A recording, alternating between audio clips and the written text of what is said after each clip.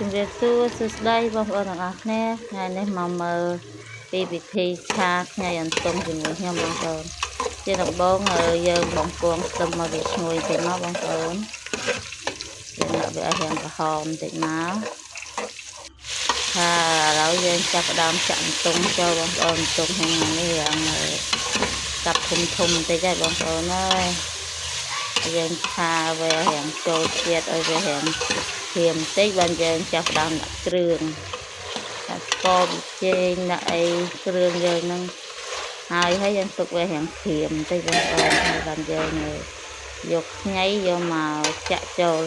ខ្ញីនេះផងដែរខ្ញុំពងហើយបងប្អូនយើងពងវាឲ្យរាងទន់បន្តិចមកបានយើងឆាទៅចូលជាតិគ្នាហ្មង